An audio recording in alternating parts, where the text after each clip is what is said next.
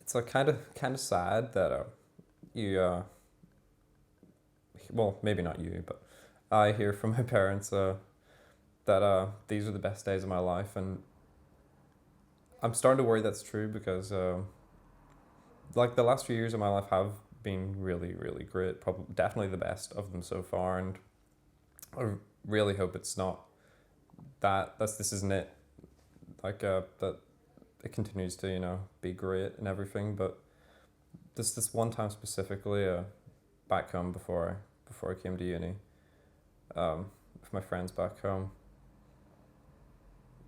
Uh, there's lots of times, but just this one time where I hadn't jumped into a body of water from like a height since I was younger, and I was terrified of it. But I was with like a bunch of new friends and some old ones, and did it, and I don't know what about it. It just was so great to me, but it was maybe the adrenaline, but yeah.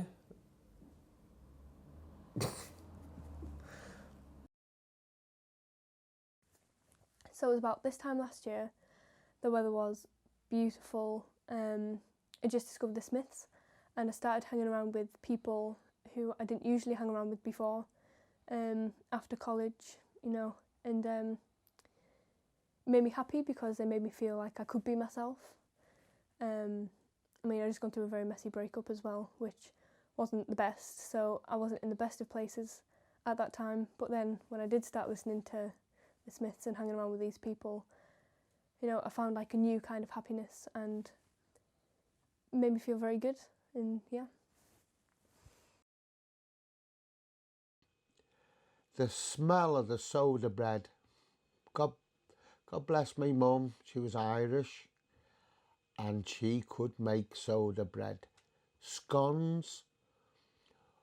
All week we were living on our packed lunches, but the smell on a Friday, my mum would get all the materials together and just say, have a little sample now, boys, clean the bowls.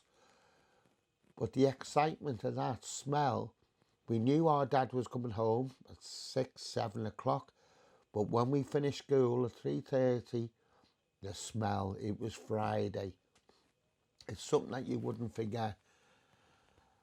And then on a Saturday, it was a lovely part of the weekend because my uncle was staying with us while he was waiting for his house to be renovated or whatever. I used to wait for him, and I'll never forget it. It was a lovely bright green Ford Oxford Morris, and I'd sit on his knee and I'd steer only round the corner to the house. He'd obviously do the clutch and brake now because I didn't realise. I thought I was driving, but it was a fantastic feeling knowing that I was behind the wheel of a car, but he was controlling it. And I knew then in the boot of the car he'd have ice creams. He was just a big gentleman, 6'4" Irish Guardsman, and he loved to spend money on, obviously, us boys, and their memories that I would never forget, because he was just, if he had 50 pence, he'd give you the lot. But with the smell of the scones, the soda bread, the ice creams, and he only had 2, 3, 4, 5 minutes with me in the car. But that was my world. I used to look forward to that all the time, and I'll never forget it. He was just a thorough gentleman. But what fun we used to have. So it was the night before an assignment was due, and me and my best friend were just hanging about downstairs in our living room. We were trying to get this assignment done because it was due in at 12 p.m. the next day, and we ended up staying up till about 10 a.m. trying to finish it. And we were just stressed out of our minds, and when you get to that point when you're just so stressed that you end up delirious and just laughing at shit that doesn't even make any sense. So we were just in this weird mood, laughing hysterically, but also like on the verge of tears with stress. And it was just one of those moments where I'm like in a cozy home with my best friend who's super inspiring and cool, and writing assignments on stuff that we're like super passionate about and want to pursue as a career. I don't know, it was one of those feelings where you just realise you're exactly where you want to be.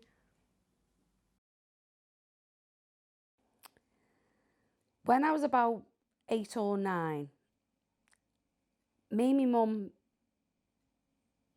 dad and Steve, my brother, because we were changing houses, we went and lived with my nan in Shamrock Road, number 8 Shamrock Road, for a little bit. And I remember such happy times being there.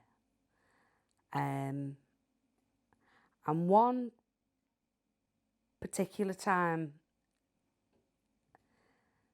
I recall getting up one morning, it was really cold. It was dark, it was in the middle of winter. My mum or my nan, I can't remember which, shouted me down, get ready for school. My mum had bought me some new tights. And I remember putting these tights on, these black woolly tights, and they just felt like a pair of gloves, and I felt all warm and cosy. I remember coming down the stairs. I remember walking into the back room in Shamrock Road. My mum, my nan was in there.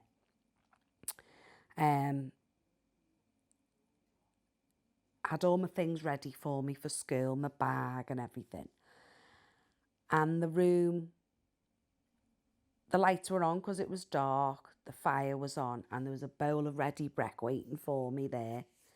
And it was like, come on, hurry up now, it's cold, it's dark, you need to get off to school. I remember sitting there eating me ready break with my new tights on. And it was such a feeling of, warmth. I felt so safe, cosy. It's hard to describe, really, that feeling. It overwhelmed me of just how lovely that moment was. And obviously I've had different feelings of being safe and warm and cosy. But I'll never forget that feeling that day, that morning, getting up and all that. It was just such a beautiful feeling.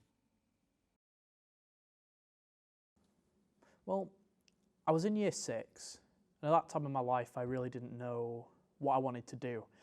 I knew I wanted to do something creative, like acting or, potentially directing something. It was along those sorts of lines, but I wasn't really sure until in year 6 I got an offer to be in the play, and we were doing the musical Oliver, and I got the role of Fagin, which was the first time I'd gotten a major role other than the star in the Nativity, which I think everyone knows what that's like.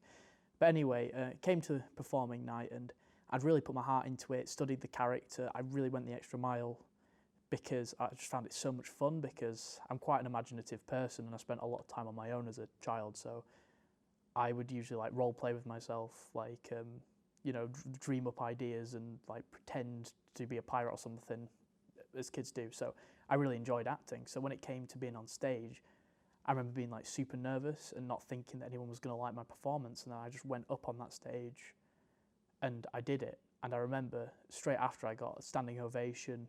And, to this day, parents still talk about that performance. And like afterwards, like my mum was coming up to me and people were just saying how good I was. And for the first time in my life, I realised, God, this is what I want to do. If I can bring this much like happiness to people through just performing, then that's what I want to do. And I can just remember it so vividly how proud I felt in that moment, just knowing that I had something that other people didn't. It really made me feel special.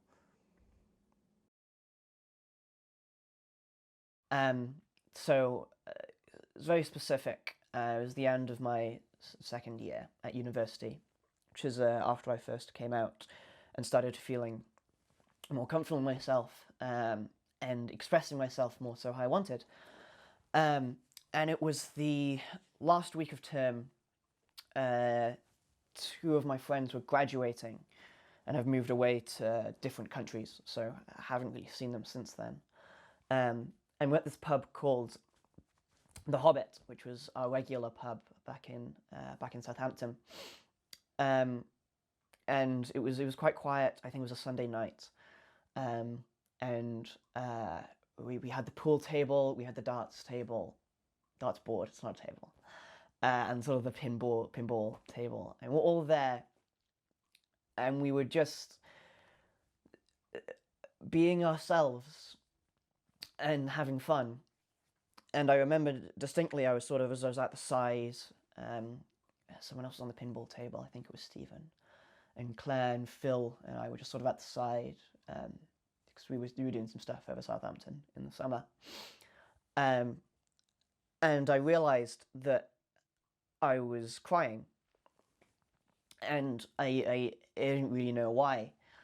And so Claire talked to me. We went downstairs to another part of the bar, and I started to realise that for the first time in a long time, I felt that I could belong somewhere, and that I could actually feel happy being with people and being with friends and being myself. And after experiencing that, I've just tried to keep that in mind, that I can belong and I can be happy. So for my 20th birthday, on the day of my birthday, I went to go see my favourite band, which is the Wondeers. And I've seen them a lot of times before. I always go with my childhood best friend, Jen. And more recently, I've been going with one of my other closest friends, Kieran, because we all really love the band. But the fact that they were playing in Leeds on my birthday was like a miracle. I was so excited to go see them. We started off the gig at the back, we were at the O2 Academy, and we were like right at the back where the bar is.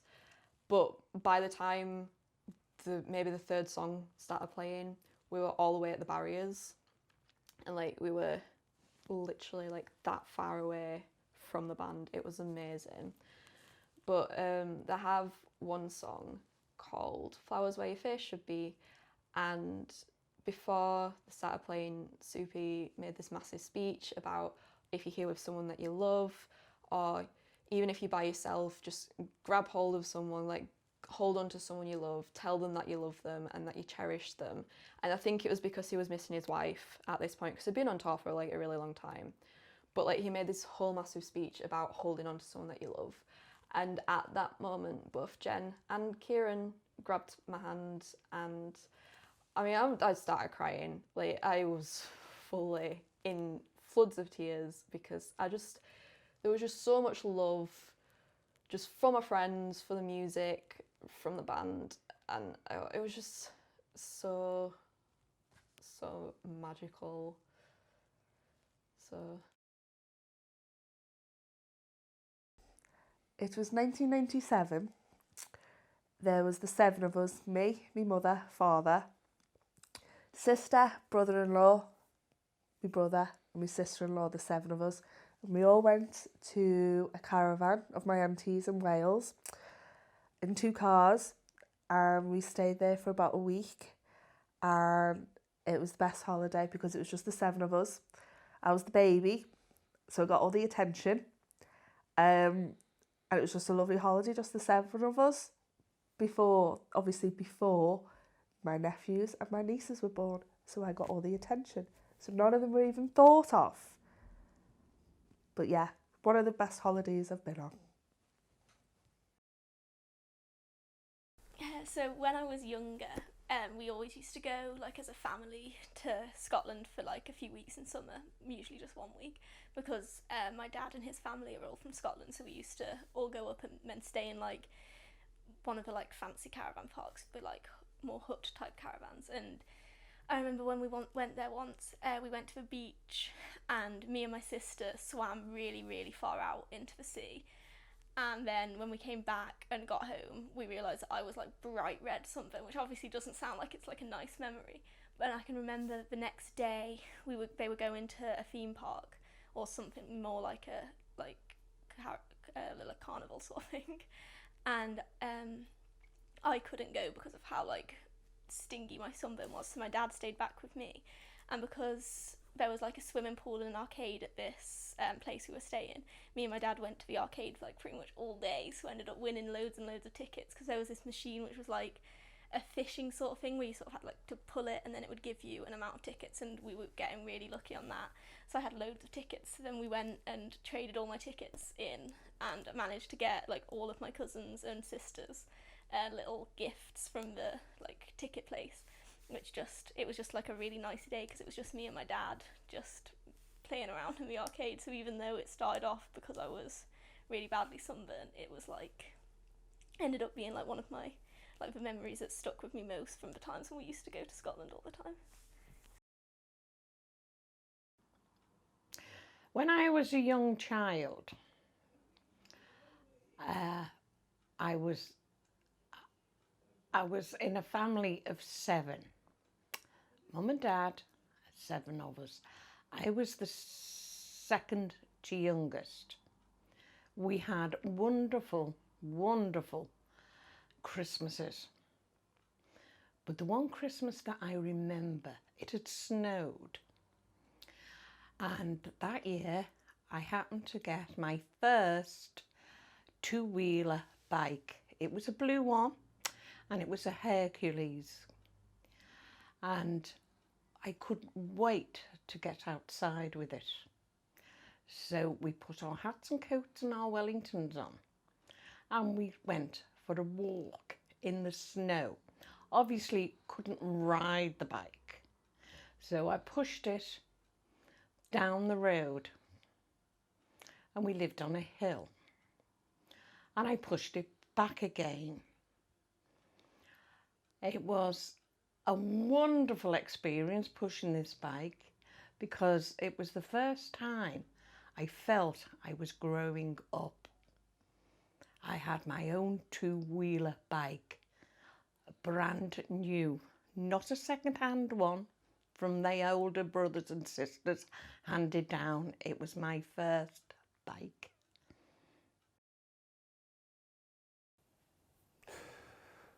When my girlfriend said yes, she'd marry me. 2 years ago, we were kind of forced into a situation where we had to take care of a cat because the cat's owner could no longer take care of the cat, whose name is Baxter. He's a very special boy, and he was kind of left to his own devices in the apartment of his old owner. So me and my mum got into this routine of going to the apartment and feeding him and petting him. And at the beginning he was kind of feral.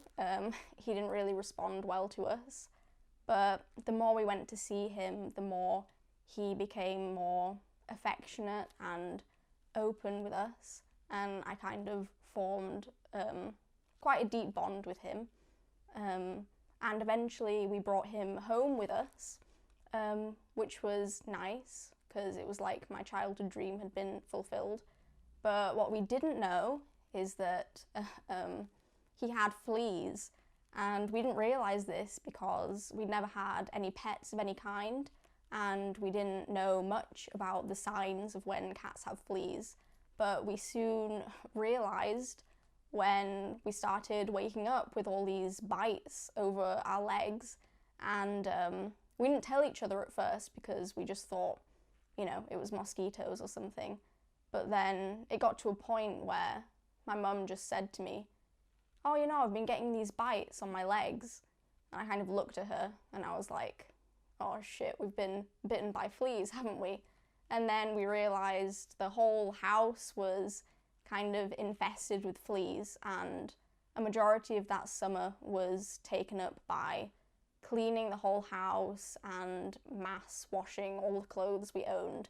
But none of it really mattered because we had Baxter, and I just remember one specific morning I came downstairs and the sun was shining through the window in the living room, and right there on the couch, Baxter was just sitting on a cushion, looking very, very content and happy.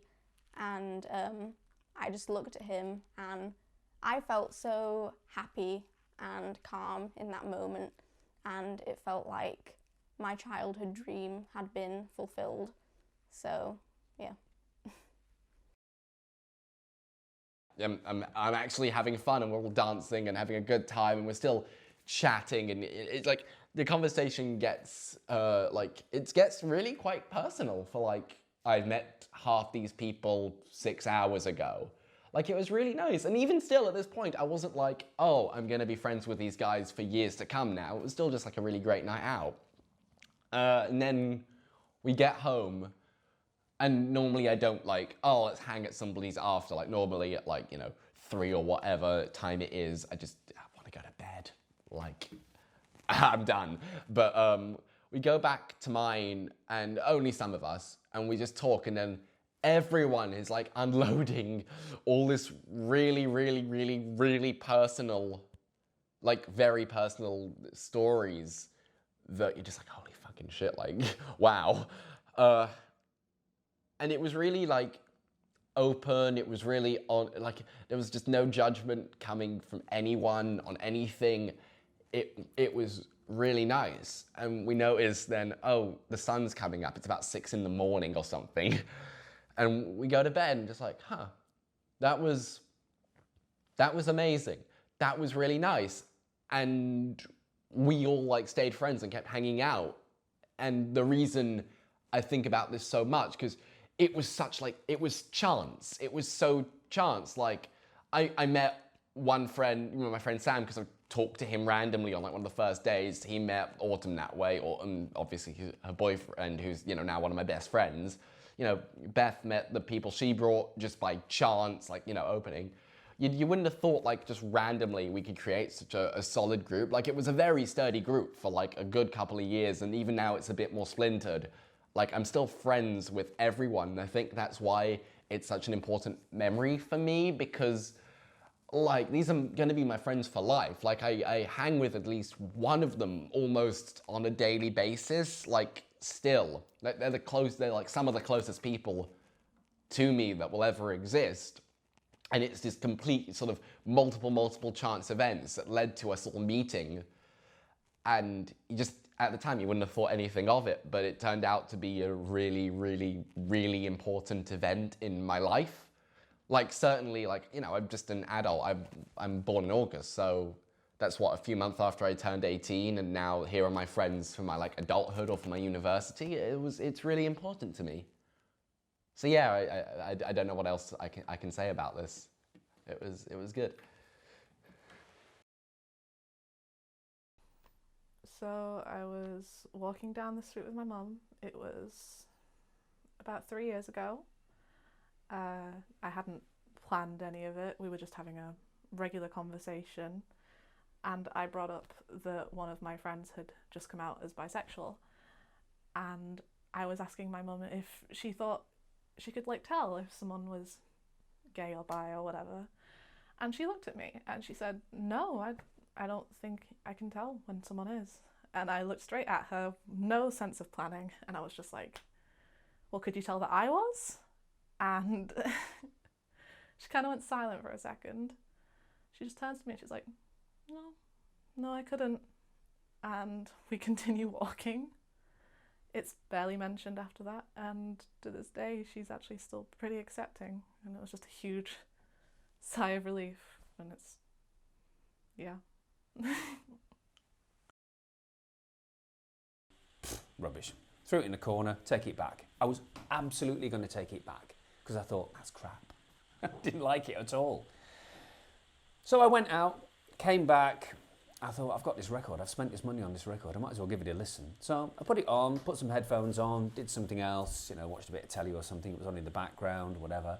I thought, well, it's all right. At least I listened to it all the way through. And then all the way through side 2. And I thought, it's different. It sounds a bit like Susie and the Banshees, but it's different. And then on a Sunday night, I like to listen to music in the dark.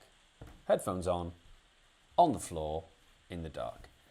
And halfway through track 2, 510 50-fold, there was an absolute moment, like an epiphany, as far as I can think of it, when I thought, I get this band, I understand what they're like, I understand where they're coming from and what the mood is. And from that point onwards, I became obsessed with the Cocktail Twins as well. And I got all their other albums, and they've moved on, and they broke up, I think, in 2000, 1998, 1999, or something like that. And of course, the world have moved on since then, but there was a good 10 years of me absolutely being obsessed by the Cocktail Twins. And that was the nearest, that and listening to AC/DC, which are two weird extremes, are sort of the nearest I've come to having any form of epiphany experience, if you like, which is a bit weird. But when you understand a band, when you become obsessed with them, when you get what they're trying to do, that's something that I think is a memory that will stick with me for a long time. So a few weeks ago, our course had finished, but we had this kind of week where we were just gonna like do drawings and just kind of like just make work for the sake of making work, and doing like workshops and stuff. And on the first day, we went to Meanwood Park, which I'd never been to before. And it was really sunny day, it was so nice, and like I was just like hanging out with the people of my course, like my friends, like in the sun and doing drawings, and like we had to do like a task where we like walked through the woods and like wrote poems and stuff. It was just like, it was just nice to kind of be in nature and like be with people that I love, and yeah, just like it felt like everything was just like right and how it was supposed to be, and yeah, it was really nice to just be with everyone and just feel like really content.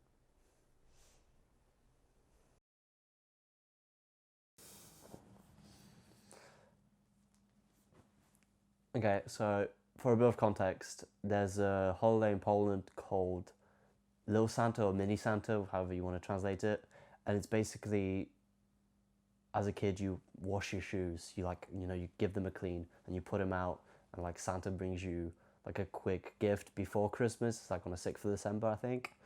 And basically, when I was 4 years old, it must have been 4 or 5, Santa bought me one of the bad guys from Bionicle, one of the brown ones with like the two like he had like a two-handed weapon. And I remember waking up really early from the excitement when I was a kid, and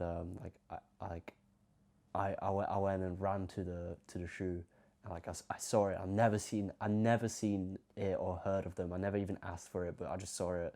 I was so fucking excited. I was looking at it, and I woke my dad up at 5 a.m., which he was working nights, so he literally probably just got back home like 2 hours before that. But and he ended up like waking up and like looking at it with me, and pretending. I was like, look what Santa got you, and like actually building it with me, and it was like really sweet, because we were like, it's like one of the few times we ever did that. But like for him to like wake up and actually just do that for me was really nice. And then like because of that, I started getting really into into Bionicles, even though I never knew what there was. So yeah. Up to about the age of 11, I was with my granddad most of the time, who I absolutely idolised. He took me under his wing loads of times and used to mind me of a weekend while my mum and dad went out, because my dad played drums in the band and my mum used to sing, and he looked after me. And 9 times out of 10, I was in his house more than what I was in my own. The times he had in his back garden, his allotment, which was like a paradise, was unbelievable. He taught me everything I knew about gardening, which is my favourite pastime now. All his friends used to come in his greenhouse and tell their stories. He was in the First World War himself. His name was Jimmy Fenlon, a docker, but what a man. And the secret of his good garden was he used to use cow manure. And we used to go to the cow field, me and him, every weekend and gather his cow manure up, me with me bare hands, and put it in his handcart that he made himself. Also, we used to go for Coke on a Friday night with his handcart and fill that up with Coke with his fire. What a man. He was there all the time for me. And from 5 to 6 years, we were together. I never left his side, and the memory I'll have of him will last forever. He used to have a little black and white cat. I can't remember the name of it. And that used to follow him around everywhere. Me too. Sadly, when my nan died, his wife, he went off the rails a tiny bit and turned to drink. Not many people of the family liked that and sort of disowned him, but I never. I stayed with him, looked after him. And one side day, he fell down the stairs drunk. And he's in hospital for about 6 weeks. And we packed him with ice. Unfortunately, he lasted just over 6 weeks and he passed away. And that was on my mother's birthday, which made it hard enough as it was. But what a man, and I'll never ever forget those days. And the best memories I'll have forever. I'm 74 now, but I'll remember them days forever.